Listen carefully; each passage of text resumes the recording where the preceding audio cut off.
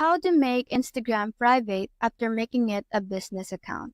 Now, let's say right here, this is a personal account, and if I click on these three lines on the upper corner, and then click on account privacy, as you can see, it is on private mode. So when you're on your personal account, you will be able to make this account private.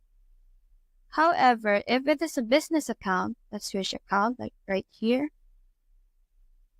As you can see, this is a business account. And if I click on these three lines right here and click on account privacy, it won't make this business account private because every business account and creator account is a public account that can be seen by everyone. This is also because insights are being executed to this kind of account.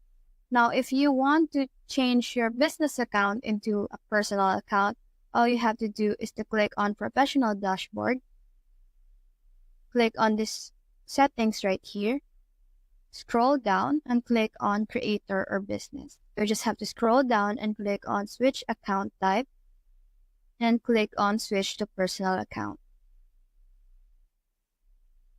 Now, once you go back, you're on Personal Account. So that's how to make Instagram private after making it a business account. Hope we helped.